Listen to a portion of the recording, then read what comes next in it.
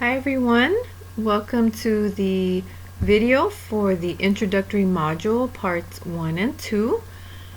My name is Silvia Toscano and I am the instructor of record for this course, which is English 1C, Intermediate Composition, Thinking Critically, and Argument, which is 4 units for spring semester 2020, specifically for the online sections. As a reminder, I will be going on leave starting in March and returning at the end of June. Professor Jose Robledo will take over for the 12 weeks I am on leave.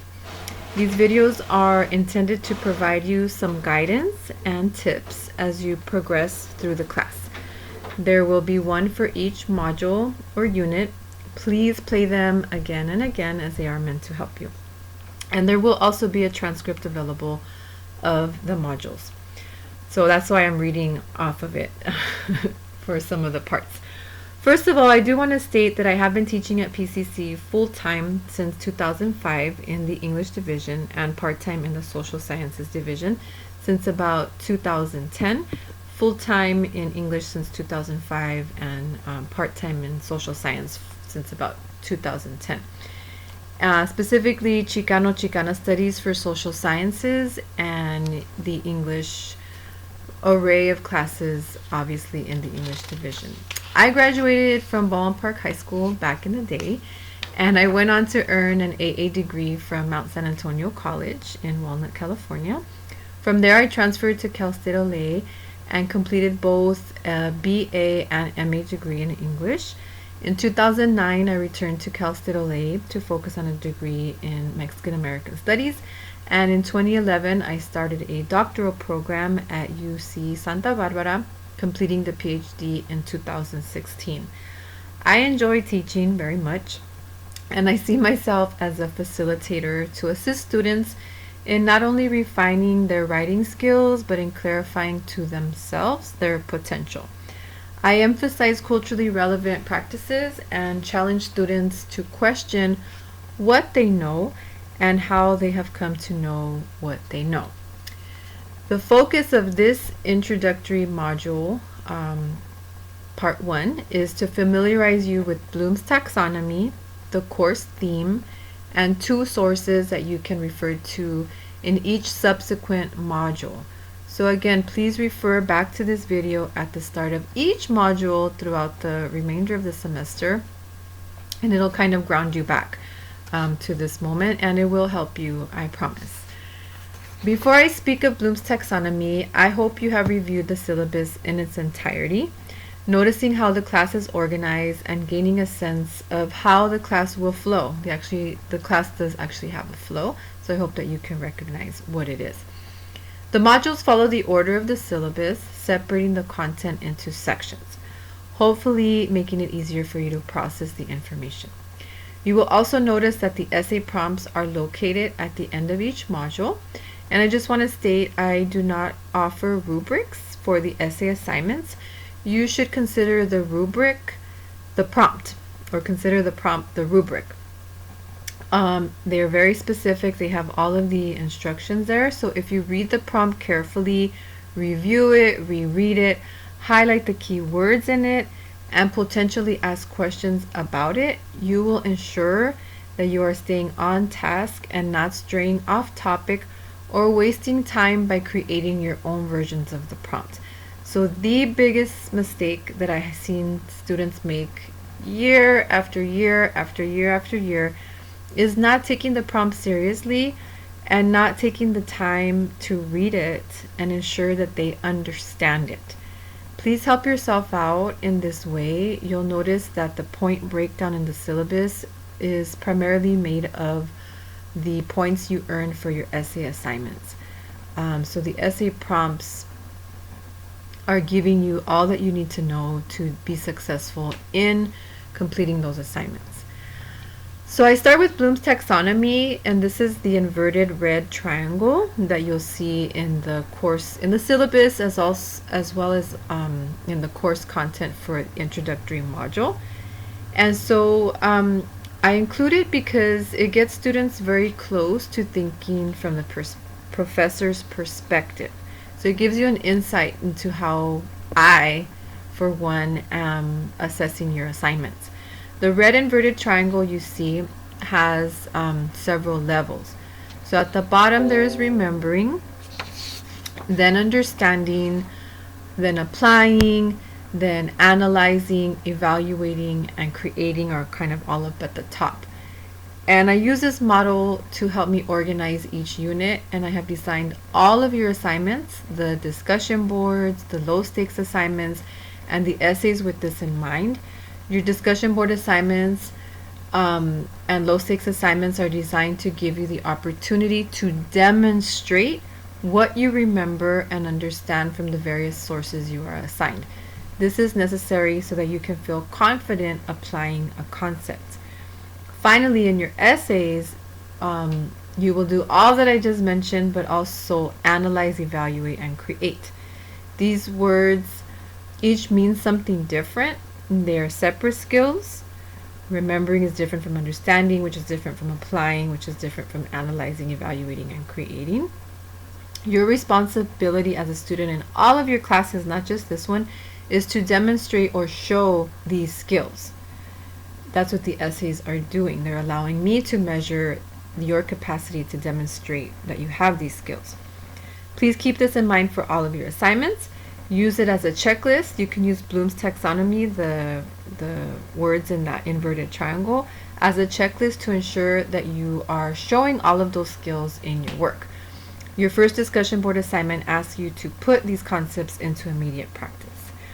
Now I'll talk about the course theme, which is recreating identities, thinking critically from a Chicano Chicanx research framework.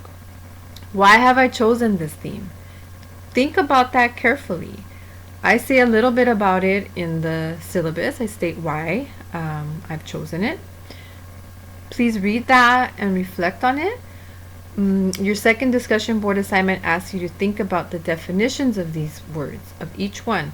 What is meant by recreating? Identities, thinking critically, Chicano Chicanx, research framework.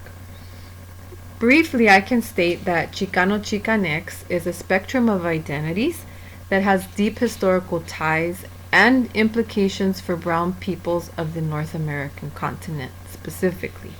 There are many definitions depending on who you ask. For our purposes, the complexity of all of this really helps to refine critical thinking skills. It really makes you, the student, put them into practice while also gaining exposure to critical consciousness. And critical consciousness is important because Chicanos, Chicanas, Chicanexes, whichever term is preferred by any individual or group, have been and continue to respond to the social, political, historical, sociological, educational, religious, and many other factors around them throughout space and time. As you will be reading and learning from several Chicano, Chicana, Chicanx writers, scholars, artists, and activists, you will be asked to see from this type of research framework or lens. This is the perspective that they're offering you, right? It's a lens that you can choose to see the world through. And again, there is much fluidity here, not just one way. And it's a perspective that oftentimes doesn't get a lot of in-depth discussion or exposure, right? Students don't get a lot of exposure to this type of perspective, and because this is a critical thinking class, I hope that that will shift, right? And I have some autonomy in allowing that to happen in my classroom spaces. So I include 2 sources in part 1 of this introductory module to help you as you work to demonstrate your critical thinking skills. One of those is a piece called the Editorial Analysis Tool Reading, and it focuses on context, subtext, and intertextuality. And then there's also the 7 Elements of Literature file. The first one focuses on context, subtext, and intertextuality. You don't have to read the entire article, and I'm planning to do a separate audio explaining the specific sections I would like to draw your attention to. But context is important because it reminds you to consider factors that affect a story, an article, an art piece, a protest.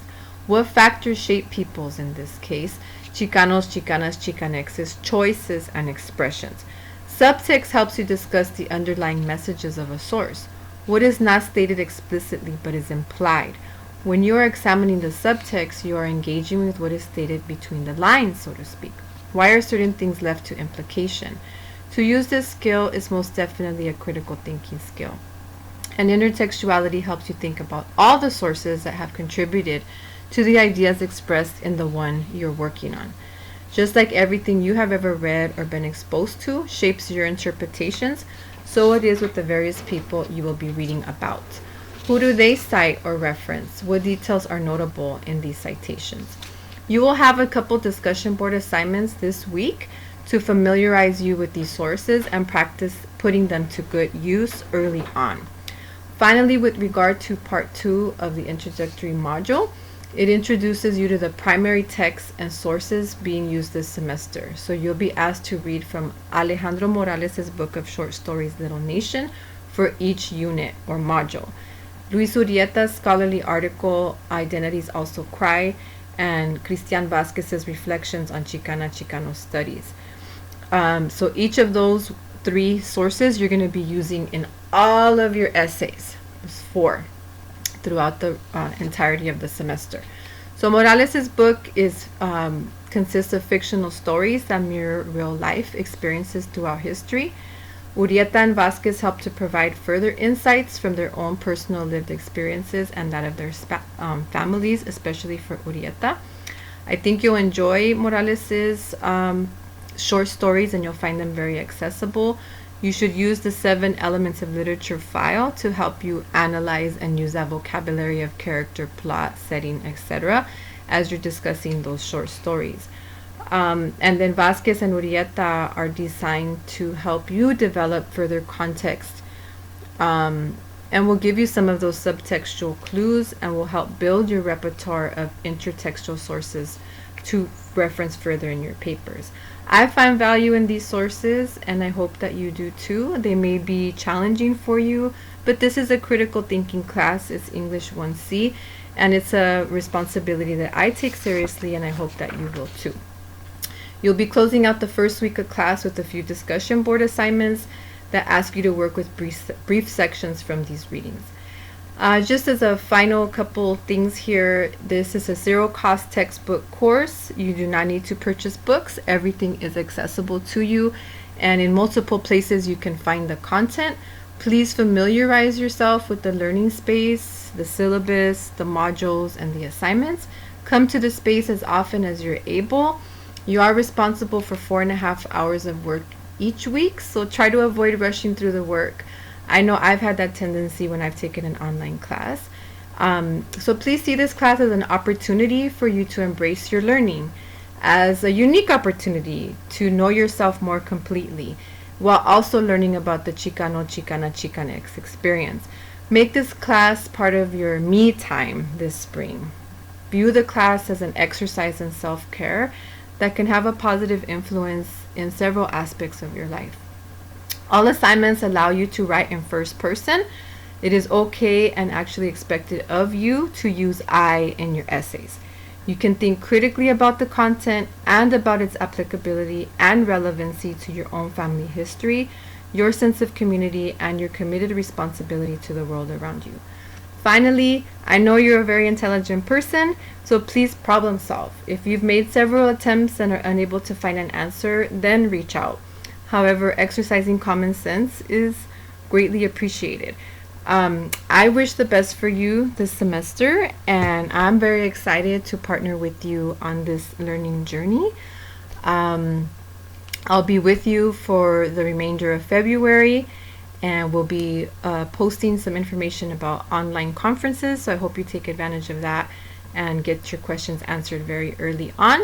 And then I'll return in June, but I will be uploading a video for each of the modules so that you can come back to them and feel that you're grounded and you have some guidance for what you're expected to do next. Thank you very much, and I hope to see you in the virtual world soon. Bye.